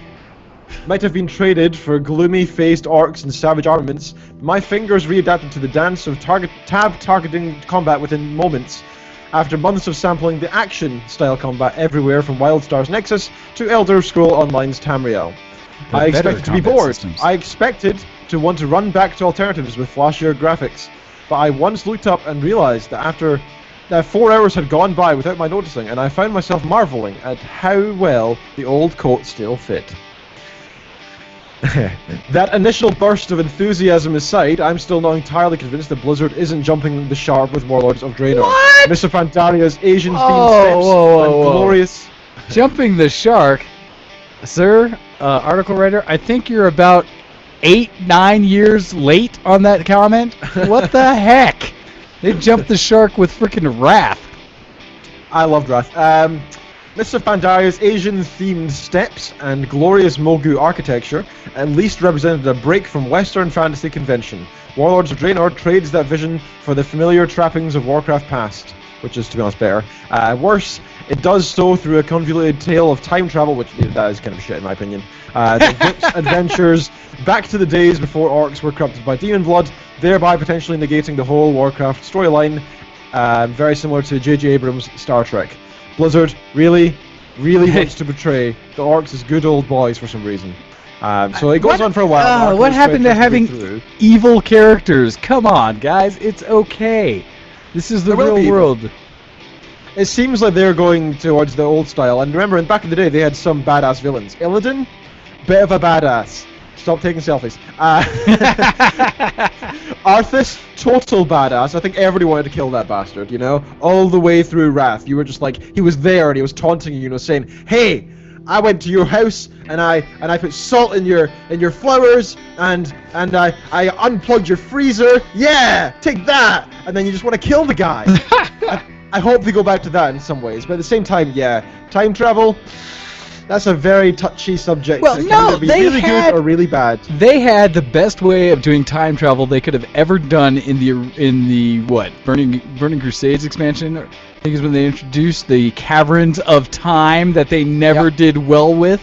I kept saying from the get-go that if they'd used Caverns of Time, they could have got past all of the nonsense that people have said ever since by making it an original, like if they had cloned WoW, the original WoW that had been unmolested, and put it in Caverns of Times, where you could use the little heroic history quests like they had done, but as well as you could experience any like pre-version of the game. Oh, that's a good idea. That would have been amazing. Caverns of Time before they screwed up the game. You could go back That would and be do fun. some true old man, 40-man stuff, and all they'd have to do is put you level appropriate for any of it. So that, oh, you're a level 90 going into the Caverns of Time, you end up as a level 40 in a raid or something like that, or a level 60 or whatever was appropriate for it. Sure, keep some of your current abilities and everything, but they could have let you experience the game how you want to without breaking the game. And in Caverns of Time, if they wanted to, maybe you don't come out with the exact items. Maybe you come out with clones of the items or something that when you get enough essence or something from the caverns that item comes to reality in the future or something and gets updated. There's so many ways you could have done it that would have been brilliant and actually kept someone like me interested in the game. But no! They made that such a side little who gives a crap with it that it was just like, it was like introduction to 5-mans back in the day. And that was kind of it. That's all they ever did was such a neat concept. Now they're going to try to change the whole world? Come on, Blizzard. When did you stop? Oh, wait, no, you stopped trying right after, like, BlizzCon 2009. That was right. I remember that. Okay, let's reel back the hate train. Deny any of that! I didn't like the latest expansion or the one before that. I didn't like Cataclysm or especially not Pandaria. I hope this one's better, but it seems like the premise of the story sounds really stupid to me as well. So I'm just saying, but don't you think they could have done better with Caverns of Time like that? Something like I that agree. would have been epic. Totally. And I wish they did the graphics better as well. Well, but that's you remember those flying down there and you saw those horrible meteors and they're all disgusting? Yes. Well, so Yeah, it'd that be was great though, is if disgusting. you go down there, if they could do something kind of like they do with a lot of remake games they've been coming out with. In fact, the Halo games, they showed that you can do it in this Curse of the Monkey Island and all these other games they've gotten remakes. That give it the option that you could switch graphic style as well. So you go back to Caverns of Time and you can either go back and go old content with the updated graphics, or you could go back and see the original graphics so that you could really appreciate the work they've gone into trying to keep the game modern. Because none of that breaks gameplay. It just allows you to experience how you want. That'd be so amazing. Yes, at minimum pre-Cataclysm, because Cataclysm was just dumb. Yeah, I loved Wrath. Wrath was so much fun because I was such a Warcraft 3 kiddie. I played Warcraft 3 for like hundreds of hours. Well, it if makes not sense, because now you're actually going against Arthas, like you said, and that adds something to the storyline. It gets back to the original days of WoW, where coming out of Warcraft 3 and 2, you played and you saw a lot of the sites that were what got you into the game in the first place. Oh, there's that wall, there's this town, there's this hero character that I remember from the RTS that were so memorable. You got to vision, see them in 3D in real life and kind of in a way where you walked around it, where it's like, this is so much more immersive and great. And they've lost that. Now they've got this willy-nilly BS, because, hey, remember Thrall? He's pretty much done now. Let's make a love story for Thrall. Love stories are great, right? Right, guys? That's why I play my fantasy that WoW was- games. Yeah, That made me rage so hard. And just coming back saying, really, the commentary on that saying Blizzard really wants to portray the orcs as good old boys. It's just, that tells you right there, just bad. Why? I agree. It's ridiculous. So At yeah. the same, all the best. I mean, I don't think either of us want to. We're not going to diss a good game. So here's hoping that it becomes a good game, right? But hey, and you never know. You never know. Maybe They this is can the one never expansion bring we it. need. They will never bring it back from the brink. WoW has had its time, and it is so beyond it now. Just no. So, All right. anyhow, as I Faith. Yeah, we'll see how far that faith gets you. So just as a real quick side, because I'll grab another one after this, I just found it very interesting. Another Grand Theft Auto 5 related article. And this one talks about some guys, specifically out in Madrid, Spain, went together and made a live action version of the Grand Theft Auto 5 trailer. And so they went and using a little bit of CG, but mostly videotaping some locations that are close to home, were able to put together almost every scene from Grand Theft Auto 5 in real life, which I think is pretty darn epic. Now, it doesn't have like the exact buildings and stuff like that because they were using real locations, but it does give you a sense that they were able to capture pretty much what the Grand Theft Auto 5 trailer has in it. So I just throw it out there as something for you guys to go look at. You can continue to listen and just kind of click on the link and check out the video. I thought, good job and props to those guys. As we continue on, I had a pretty good argument about this, and I haven't had a talk about virtual reality for some time. So when I was down at Kuro's house for his birthday, one of his friends and I got into a bit of some people described it as a heated debate, if you will, about the future of 3D and virtual reality. Don't you love that thing about the show? Like, you can have an argument in real life, and then you come out here and vent more. That's what I love about Show X. Oh, it's the thing that we used to always talk about on ONH and others, where it's like, aha, I have the bigger, platform to reach out to people with, so I am right.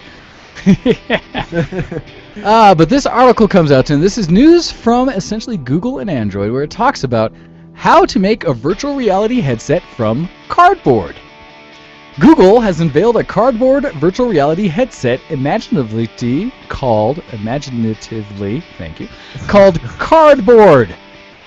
Yay, Oh, nice. Google! Matthew Sparks looks at how to build one and whether it can actually work. So it says Google launched the cardboard virtual reality headset at its I/O conference last week. So this is a little bit old, beginning of July.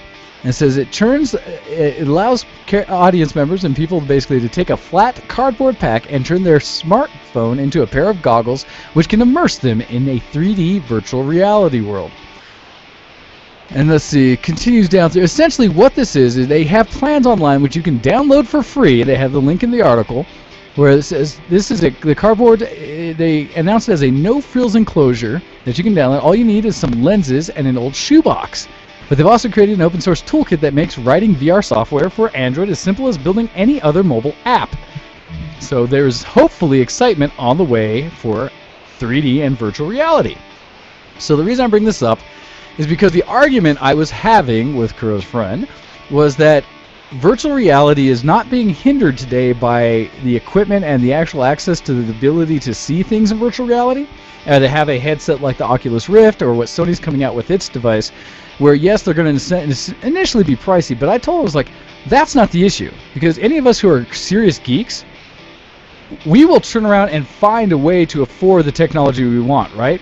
If we see something that is sexy enough, that we want bad enough, we will go spend money on that device, including. I was genuinely thinking the other day, like, could I get like an interest-free Google Glass, because it might be worth just trying out. But then I thought, like, one, I wouldn't be able to bring it to work, and two, I don't think I could wear it with any of my other friends nearby, because they'd be like, "You look like a douchebag." Well, and that's the thing, right? So we find ways to acquire technology we think is important to us. So I told him the bigger issue I felt we had with VR becoming mainstream is that there's no real applications out there that the average everyday consumer can get behind. Not us who are hardcore gamers, because hardcore gamers are going to buy hardcore gaming gear. Virtual reality headsets are just a minor thing surround sound studio setups or headphones or my multiple screens or joysticks and gaming controllers and stuff like that. That's what gamers buy, better graphics cards, things like that the regular consumer doesn't need. And so yeah, you can get them and get some success, and that's what VR is doing today. They're having some success, but it's not commercial. It's not something that everyone is going out and buying that your mom and pop really know anything about. No. And I tell it, it's not price. And this, I think, highlights it even more. The fact that you can get essentially for, and I think the lens is everything. When you buy, if you get the box and the lenses, you're still spending no more than like $50 or something on it for the Android, and then you just slide your phone in, and it does the same effect that the Oculus does, just using your phone as the screen. And so it still bends the image and gives you that immersion, and it uses, I believe, it uses the accelerometers to know where you're facing. So it's just like all built right in.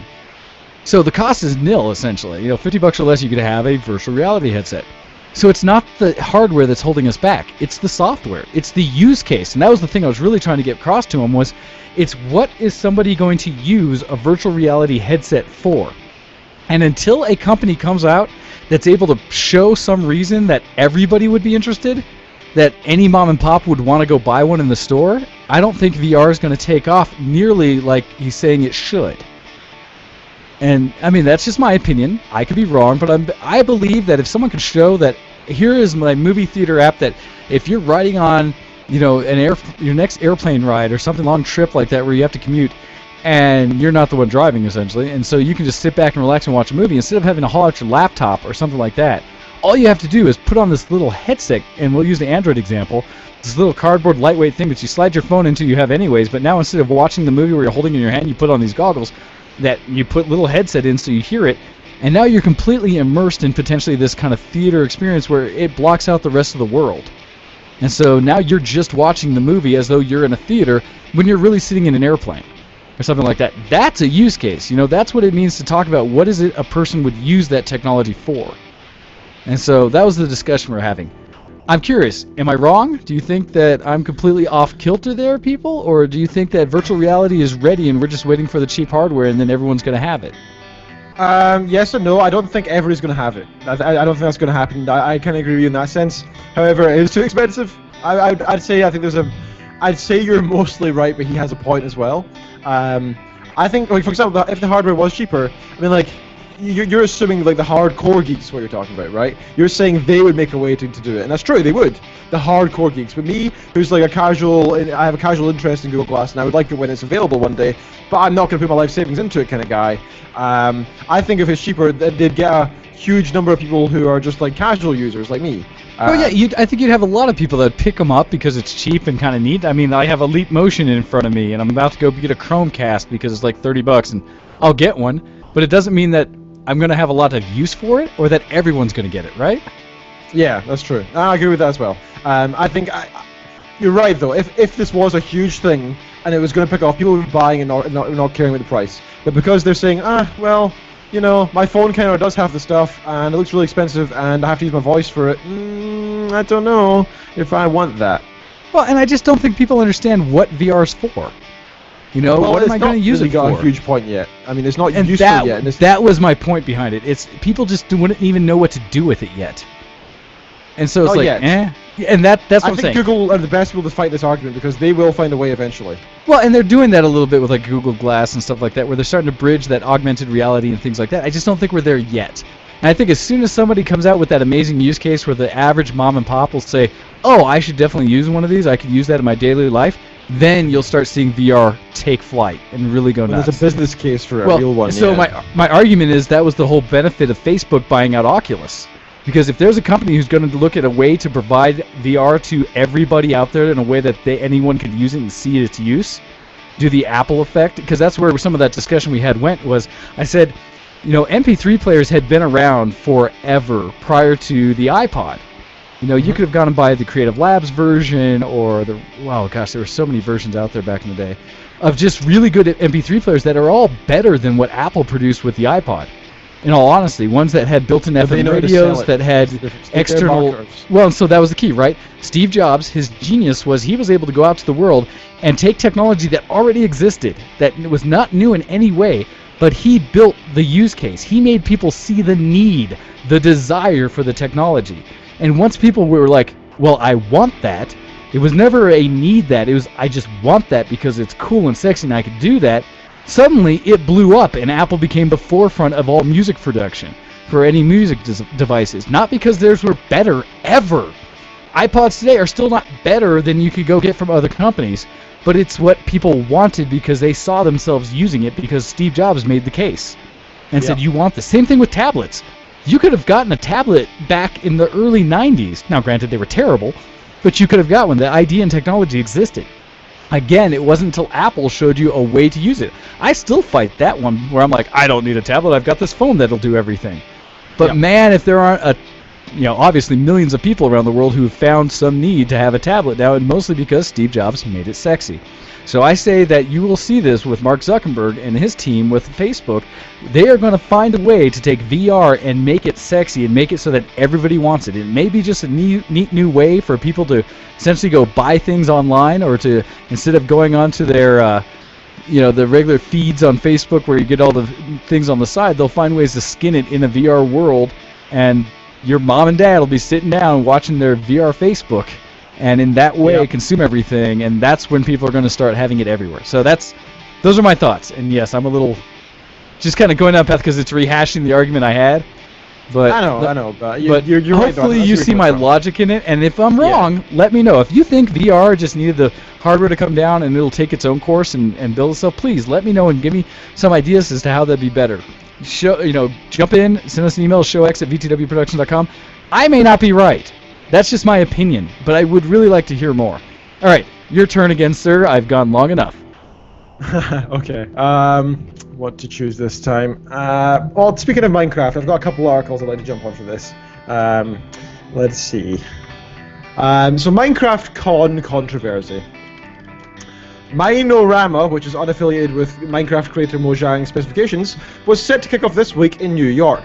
An abrupt cancellation notice was put up on the official site and across social networks, stating that unforeseen circumstances had forced the change.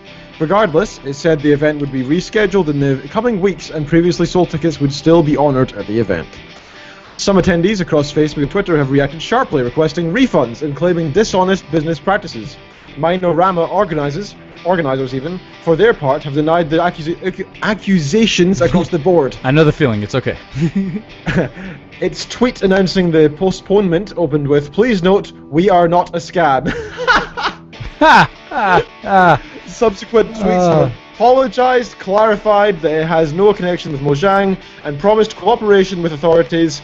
According to the organizers, only 10% of the ticket prices went to staff, with the rest covering legitimate business expenses. As some have pointed out, even the best of intentions and event organizers planning to reschedule the last-minute notice is problematic. In some cases, travel and lodging arrangements were purchased with no ability to obtain a refund, leaving some people responsible for a trip to New York without an event to attend. The Minorama staff promises they will be meeting to discuss a new event date next week and won't be able to offer further information until then. That's pathetic. Well, you say that. So the problem is it all depends on how and why something doesn't go across, right? I mean, always frustrating when something that you'd hopefully been able to attend, that you'd already paid for and get stuff all to happen, loses its ability to host it for whatever reason. And you said it just said unforeseen circumstances, right? Because we're running into something similar here that's not based on not based on gaming, where we're talking about the Minorama here, but locally we have a concert that was coming to take place called Riot Fest. Riot Fest is this big weekend-long concert thing set up with like 30-plus bands attending. I had talked about on the show before, everyone that's supposed to be coming to it. We just got a notification similar that says, hey, due to circumstances that they can't control, they can no longer host the event where they were planning on it in Byers, Colorado. Essentially what happened here is they weren't able to secure the permits from the town. And so as much as they had everything else... Had that before then, surely. I don't know how it works out, or maybe they thought they had it all secured, who knows. So what they're trying to do is not reschedule it. They're actually trying to host it the same date, but they're trying to find a new venue within the area that they can host it. And so they're telling people to hold on. They are trying to have it. It's still going on. And I mean, I can only imagine the nightmare of trying to schedule something like that. Just like with a convention where you're trying to got not just, people there to attend it, but all the people that are supposed to be presenting at it. What a nightmare to get your talent, essentially, right? any of the famous people, authors, things like that, that usually go to conventions, to try to get them to reschedule. Same thing with like this one with Riot Fest. They've got like 30 bands. So me being interested in like The Cure and 303 and all these major bands coming out, to have to get them to try to make sure they don't have to reschedule all of their tour dates and stuff to try to make this festival, that would be a huge negative fallout. So we'll see. I'm hopeful, because they did say that if all else failed that they would refund tickets, or I believe that's what they're talking, but right now it's out there. So I don't know. It sucks that this con isn't happening. That sucks. But at the same time, I hope that people will give the organizers a moment to try to figure out what to do and get things set up, because you never know. It may come back and work.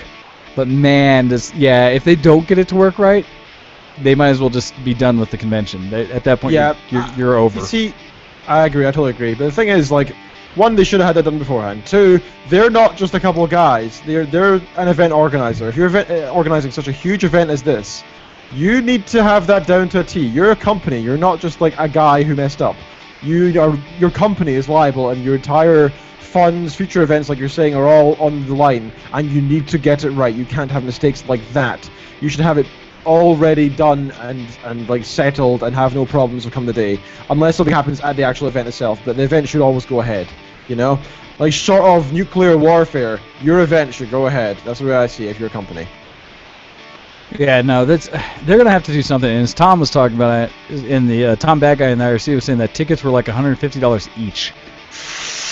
That's pricey as well. If so, that's insane, because even as much crap as I give, well, I still will, because the only con I know that has more expensive tickets that I've ever been to is BlizzCon.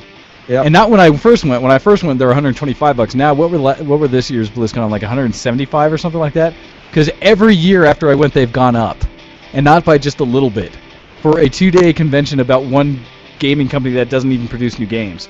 And so it's just like, that to me is ridiculous. They can sell the tickets, why wouldn't they? It's ridiculous. Well, because you have a bunch of sheep out there. There needs to be a term specifically for Blizzard sheep. What is the equivalent of sheep in Blizzard's world? Surely bleeping would be appropriate. Yes, everyone that's a bleep. Bleating, maybe. I did make an inappropriate comment in there saying that, for that kind of price, I hope the con came with hookers and blow, which Copy specifically responded and said, only in Toronto, where prostitution is legal. And only if you're the mayor of the city as well.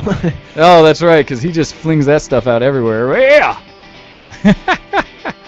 But they've got to have some fun parties, don't they? That's true. All right, so that's kind of crappy on the part of Minecraft, but I've got another article I'll jump on quickly as well. Also with Minecraft to steal away some time. Can you hear me okay, yeah? Yes, just fine, sir. Okay, the hat cool. is not obscuring your voice. You're good. Okay, good. Minecraft tops 16 million copies sold only on PC. Wow.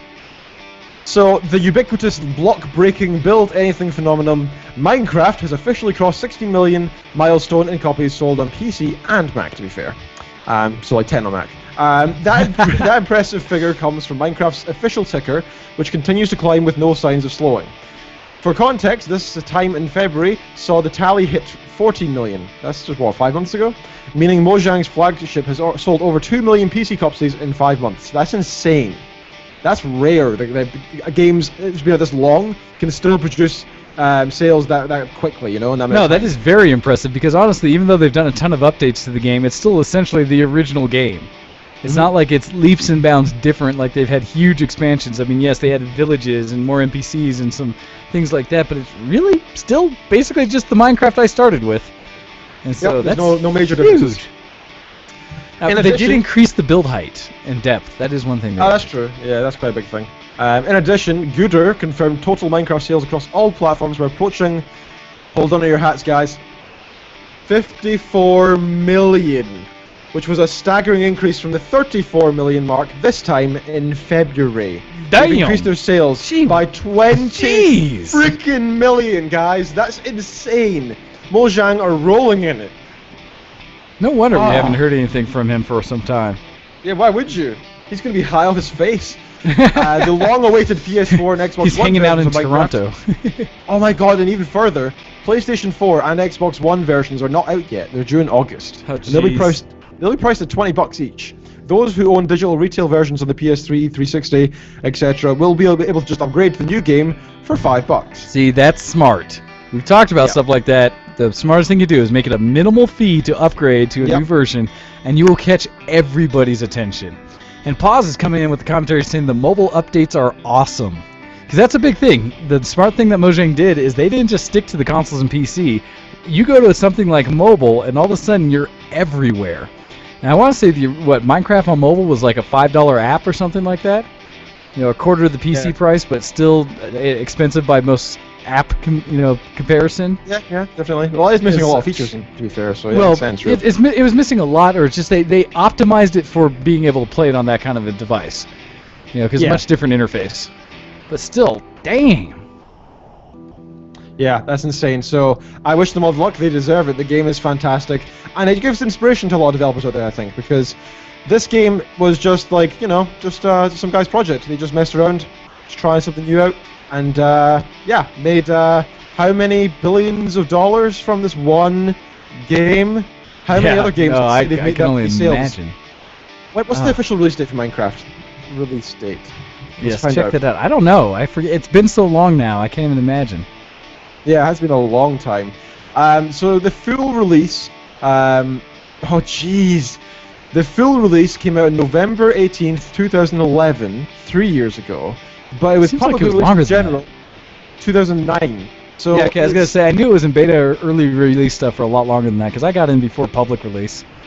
yeah, it's 5 years old and it's still making millions. Prepare the months. How insane is that? That blows me away.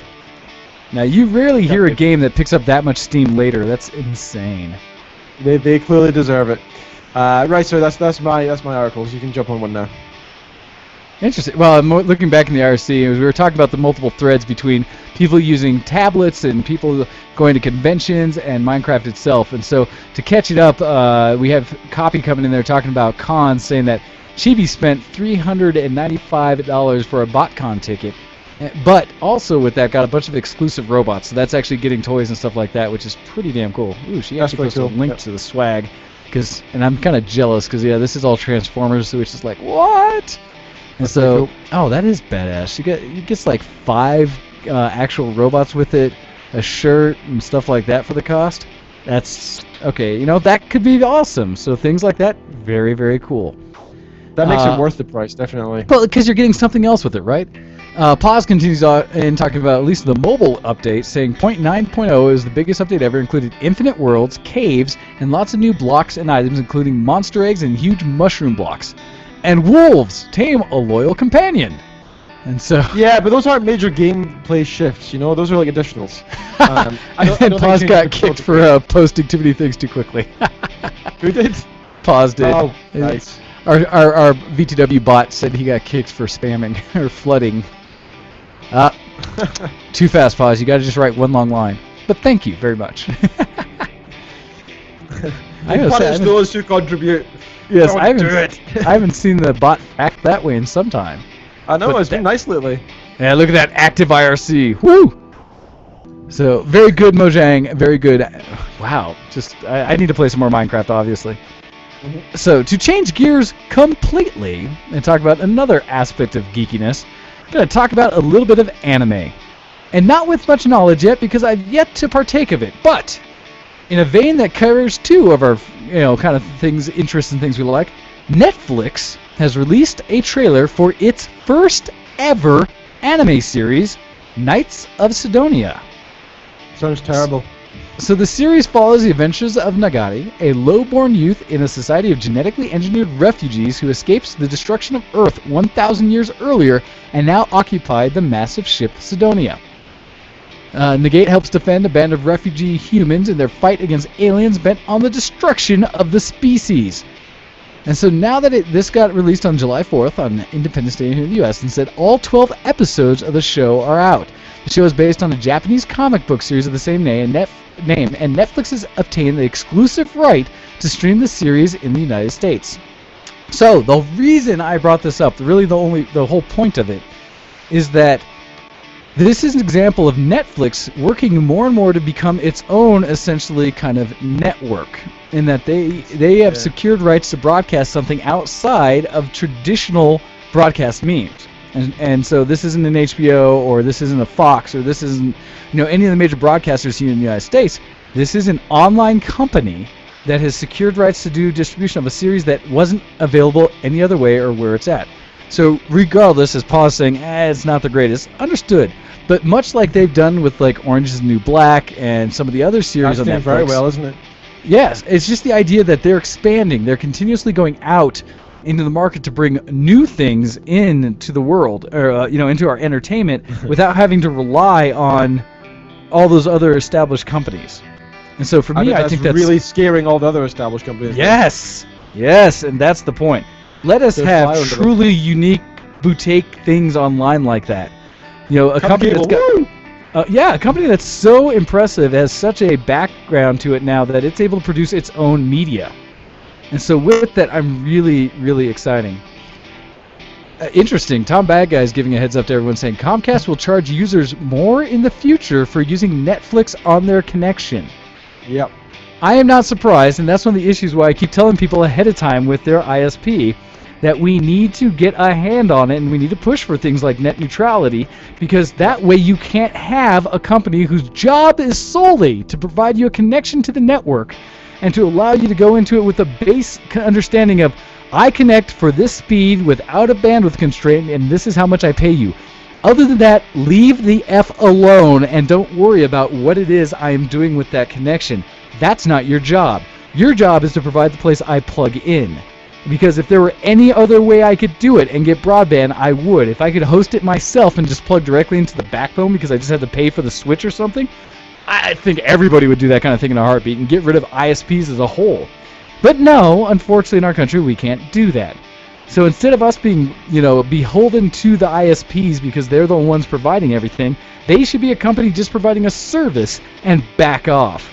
And so... Well, hold on though, sir. I know in Glasgow, and just right next to me, and a bunch of other places, they're providing city-wide ISP stuff. For example, they have Wi-Fi for the whole of the friggin' city. So you just go, I'm going outside. I'm just going to connect to the Wi-Fi that is like 20 miles radius and just use that, and it'll be fast, and that's awesome. That's the way it should be. So it's funny because we do have a couple cities here in the U.S. that provide essentially metropolitan ISPs, internet access to the people, where it goes through the government and company. It's one of the reasons there's another argument here in the United States that we want to, or a lot of people want to, and I'm somewhat a supporter of this idea, although there's some potential negatives, but classifying ISP, or internet access itself, not an ISP, but an internet access as a right, as a utility essentially in the United States. I would love that. Much like electricity and water, the things you basically need to be able to survive and have a civilized area. And so if we added internet connections to that, which you can argue in today's society you really do need people to have the internet to be able to be competitive when it comes to jobs and just connections to the world, education, all those kind of things, that I don't see why we don't call it a utility today. And that way we'd have reasons and government support to put it out to everyone equally and turn on a lot of this dark fiber that's sitting in towns that ISPs won't turn on because they made deals with the government to say that no, only the government can use it, no one else. Because heaven forbid you give people access to good internet for cheap prices. What's that about? And because they block out the markets and not let anybody else compete, I know we've talked about before. So this is just another example, and there's a few things where you've seen things like Netflix, and they've been fighting ISPs pretty directly, and I think most of us, I've said this before, as consumers, who are we going to support? The company like Netflix that wants us all to have cheaper internet and wants to provide us better content? Or the big bad corporations that barely trickle out a little bit of access at their whims and then say they're doing us a favor, even though they're charging us way too much and trying to control how and what we're able to see on the internet? But wait, you don't understand. How are they going to make even more money if you don't do that? I don't understand. I don't think you understand. I do understand. How are they going to pocket even more? Well, I understand that they are too lazy to look at a way to upgrade their way of billing people or getting money, that they have to survive on these old mechanisms that are outdated today. And so instead of finding new innovative ways to provide value to customers so that customers are willing to pay the fees they have. They're trying to force people and hold them under this old regime so that there's no other option, because that's easier than being innovative and doing the right thing. And I will openly say, screw you to all you big ISPs that are trying to keep good internet from us. We should have in the United States fiber everywhere. Every major city should have fiber available, and we should be working to expand it out to all the towns and other things along any of the major pipes. There's no excuse for us being so far behind in what the U.S. considers to be the top country out there for technology and education things, although we know we're not. I was going to say, you think you're the top in education? Oh, no, That's kind of we funny. know we're not, but we like to advertise as though we are so smart and we are so good and we're such first world country. Although you compare us to other ones and you see that we lack heavily for as much money and influence the United States has in the world. It's sad. You have a good military, at least. Yeah. You definitely have the best We military got in the world. big I'd say. guns. That's true. Yay. Anyway, Anyhow. before we divulge into politics, So back to you, sir, with that. Yeah, I think I've exhausted the extent of what that article really meant. sure. So this one's called 6 PC Alternatives. Now this is this kind of intrigues me as to what it would actually be. So Steam is kind of got a monopoly on the digital PC market at the moment, and there's Not trying to monopoly. extend it. They just do really good. That's pretty much what monopoly is, really. Somebody who has complete grasp over the Well, no, entire it's system. the not a entire monopoly system because of it. you can go to Origin. That's true, but they're getting there though. Like even places like the guys who did Crysis, you could get the Ubisoft launcher, or whatever it was, and you know what? You can do it for Crysis 3, but the older ones they put them on Steam because they realized they had to make money from it. Yes, well, So- that's the key. The difference is somebody's figured out that Steam just does it the best.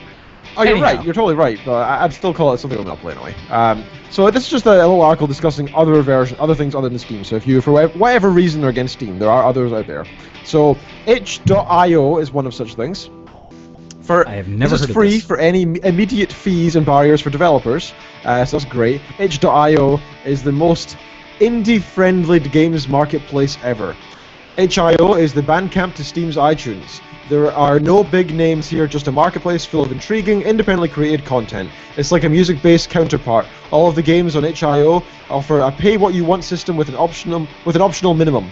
This allows indie developers to accept donations for their hobby, projects, and game jam creations without forcing the player into paying a fee. There's currently about 1,359 games in here, which isn't too bad a number, to be honest, considering. That's pretty damn good, I'd say. Well, especially for a service that's only been out since March of 2013. Yeah, and it's DRM free as well, so that's pretty damn nice. Also, GOG.com, Good Old Games. We've used those a bunch of times in the past. I know you're a big fan of GOG, sir. Oh, I definitely am. So that's cool. It's a huge library of classic PC games optimized to run smoothly on modern PCs and priced very cheaply. It's been in operation since 2009. We also have Green Man Gaming. That's one of my favorites. They're kind of like Steam's rivals, I'd say, in a way. They offer an unparalleled level of rewards and kickbacks for loyal users. This includes earning store credit by progressing in games, and even the ability to trade in your unwanted or completed digital games. Ooh. So that's something Steam doesn't offer. They've looked at Steam, they've analysed the market and seen where they can fit in. Don't know how well they're doing, but still they are doing pretty damn. They're still around. They offer sales Yeah. out there as much as anyone else, so I like that. Well, they're matching Steam for now anyway, but they're still not as popular. What else is there? We have another page of this. We have Desura. Desura is a slick Steam-like client which is more indie-friendly than its competitors. If Steam is your hub for AAA games, make Desura your hub for indies, it says. That's been going on for 4 years or so. In terms of DRM, it's platform agnostic. We aim to give players the best of all worlds when possible, i.e. if a game is released on Steam and DRM free, they aim to give their customer both copies so they have the choice. If a game contains DRM, i.e. Steamworks only, they will support it. At present, 6.5% of games contain DRM-only versions, so that's not too bad. No, that's not bad at all. Next up is the Indie Game Stand. The hook is every 4 days on Indie Game Stand. There's a new pay-what-you-want deal for a selected indie game. Oh my god, the freaking UI looks the exact same as Steam. Oh my god. Well, I think all of them have kind of a tie to it, because that I.O. in the first one looks almost just like Steam as well. Oh, jeez. Hey, it's smart, So you right? can- Give something people understand and what they are familiar Oh, definitely. Yeah, and these guys do a bare minimum of 25 cents per game for the pay what you want sort of thing. So there are a bunch of different ones you can use, and of course there's Humble Bundle as well. It says here at the end. Yeah, I was just I'd gonna my say, I favourite was as just well. thinking about Humble Bundle because they do so many good sales. They do. They are fantastic. So there are a variety of things you can use other than Steam. However, as the article kind of hinted at, Steam's kind of your main boss there. You know, that's the main guy for AAA titles especially. And you know, we all know Steam does well with their sales and the likes. They make a lot of money, and so do all the people who publish on Steam. So it's there, and you should still use Steam. But there are alternatives if you prefer indie games. Well, it's use whatever you want. Just make sure you do a good job of getting some sales out there instead of just constantly, paying what the companies are asking for retail. There's a lot of options out there to get you some really good things. Definitely. So we've got 4 minutes left. Do you want to do another article, or should I? Oh, let us see. With 4 minutes left. See, the problem is I have so many just little, piecemeal articles. Maybe there's just a piece of news that I can throw out there. Let's I've see. got something I could do. I've got a story I was gonna mention. I sent an email. Oh, yes. where- Now, wait, did you send an email that actually told what the story is, or did you send an email with, 2 words in it that it was supposed to remind you of something that you did, a month ago? I actually copy-pasted the whole transcript from it just to Okay. remind myself fully. With that, So- it is story time with Ken. Yes, I love these. So, if anybody's not aware, in the past week, there's been a battle, a war, a full-on warfare that has existed on our interwebs. 4chan and Tumblr. So, yes. a Tumblr user went out of their way to try and attack 4chan and spam them with gore and pornographic images and saying Tumblr for the win, Tumblr war, etc. and trying to just beat down 4chan. Which, as I said to Wayne, is like trying to pour a glass of lemonade into the sea to try and drain it. So 4chan noticed this pathetic attempt and took to arms. Now, when you And say especially- 4chan and when you say Tumblr and all these things, the internet safe in general, you talk about basically the overall group of people that are involved that hang out in these channels. Oh yeah, not the companies themselves. Yeah, that's true. It's the community based around it, and specifically the B and Politics board, the /poll in 4chan, and lots of the fan communities on Tumblr have been the ones on that side as well. So 4chan went back and created an Abolish Father's Day movement to make the feminists look like they're very extremist, even though it's a fake movement. But some feminists latched on saying this is a great idea, and so lots of Tumblr users were trying to abolish Father's Day. Tumblr attempted to raid 4chan, which never worked ever, and never has. 4chan counter-raided Tumblr.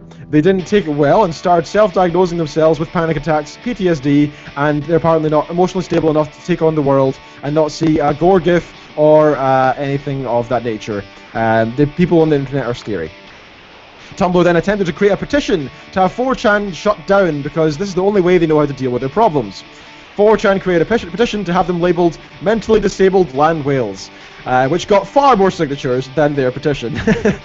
Finally, a 4chan user infiltrated Tumblr and said to them, "Hey, let's hack 4chan," and gave them this script kiddie bit of software, which you only need to put in an IP address and would automatically try and DDoS a website.